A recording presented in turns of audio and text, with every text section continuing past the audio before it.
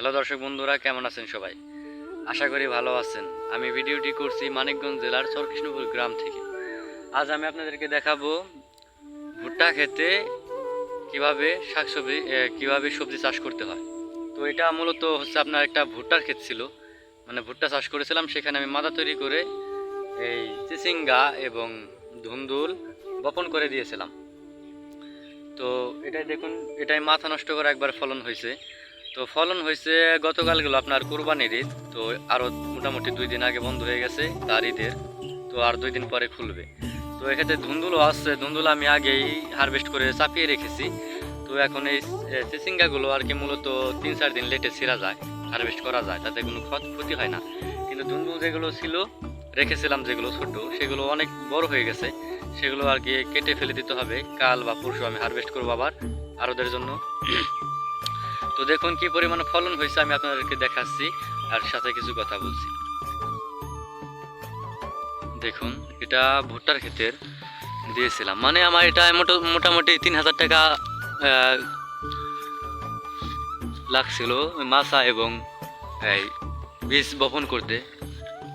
3,000 টাকা অনেক আগে উঠে গেছে।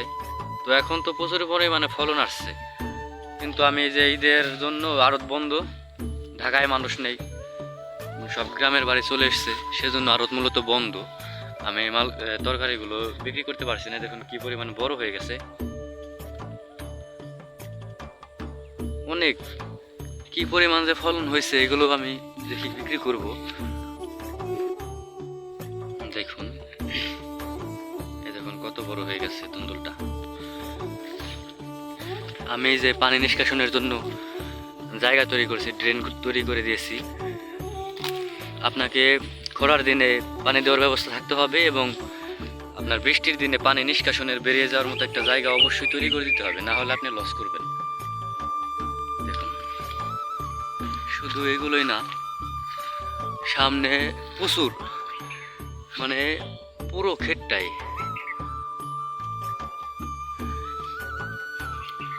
এগুলো 15 দিন আগেও আমি 50, 52, 57 টাকা করে বিক্রি করছি, কিন্তু ঈদের কারণে ওই ঢাকায় মানুষ নেই, সেজন্য দাম পড়ে গেছে, কমে গেছে আর কি। তো দেখা যাক ঈদের পরে কিরকম দাম যায় আর কি।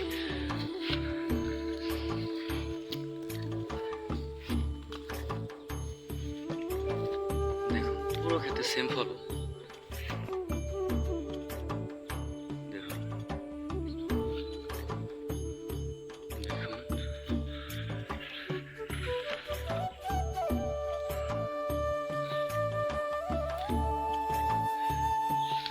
চিচিঙ্গা এরকমই ফলন দেয়। চিচিঙ্গা মূলত এরকম ভাবেই ফলন দেয়। এটা আজ নতুন না, আমি দীর্ঘদিন ধরেই চাষ করছি চিচিঙ্গা। এটা হচ্ছে মালিক সিডের আশা জাতের একটা চিচিঙ্গা, আপনারা চাষ করতে পারেন। তো কৃষিকাজ আগাম করলে এবারে অবশ্যই দাম পাবেন। আর বৃষ্টিতে, খরা এবং ঝড়ে যদি আপনার ক্ষেতটা প্রজেক্ট লস না করে, নষ্ট না করে ফেলে দেয়, তাহলে আপনি বিক্রি করতে পারবেন। দাম কম বেশি বিক্রি করলে তো আপনার কিছু না কিছু আসবে। তো যে ফসল, যে সবজিগুলো ধরে আছে, এগুলো মোটামুটি 15 দিন আগে যদি আমি নিতে পারতাম, অনেক টাকা আসতো। কারণ 15 দিন আগে 50-52 করে এর পাইকারি দাম ছিল, এখন তো কমে গেছে।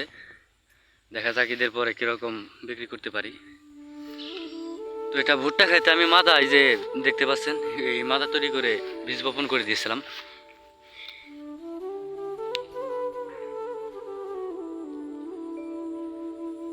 পাশে আমার আর একটি ধুন্দুল ক্ষেত, ওটা ধুন্দুল ক্ষেত, ওটা আমি হারভেস্ট করে রাখছিলাম একবার ক্লিয়ার করে, কিন্তু এত পরিমাণ ধুন্দুল বড় হয়ে গেছে। এখন কাল কি করা যায় দেখি, কাল পরশু। এটাই অনেক ধুন্দুল, আপনার অনেক ধুন্দুল নষ্ট হয়ে গেছে। দেখুন এই কুরবানিদের জন্যে অনেক ধুন্দুল, এই দেখুন বড় হয়ে গেছে। যাই হোক, সমস্যা নেই, যেগুলো নষ্ট হয়েছে সেগুলো ফেলে দেব, নতুন করে আবার বিক্রি করতে হবে। শুধু মাছা নষ্ট না হয়ে গেলে হয়। এটা ধুন্দুল ক্ষেত এবং এটা যে ভুট্টা ক্ষেত আমি দিয়েছিলাম। ফলনটা তো দেখলেনি। ওই সাইডে আরও আছে, জমিটা অনেক বড়।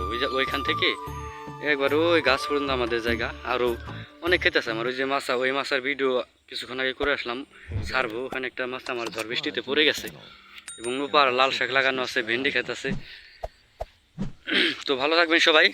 চিচিঙ্গা এবং ধুন্দুল আপনারা চাষ করতে পারেন, ভুট্টা ক্ষেতেও করতে পারেন, অন্যরকমভাবেও করতে পারেন। এগুলোতে সময় মতো করলে, সঠিকভাবে করলে অবশ্যই সফলতা আসবে।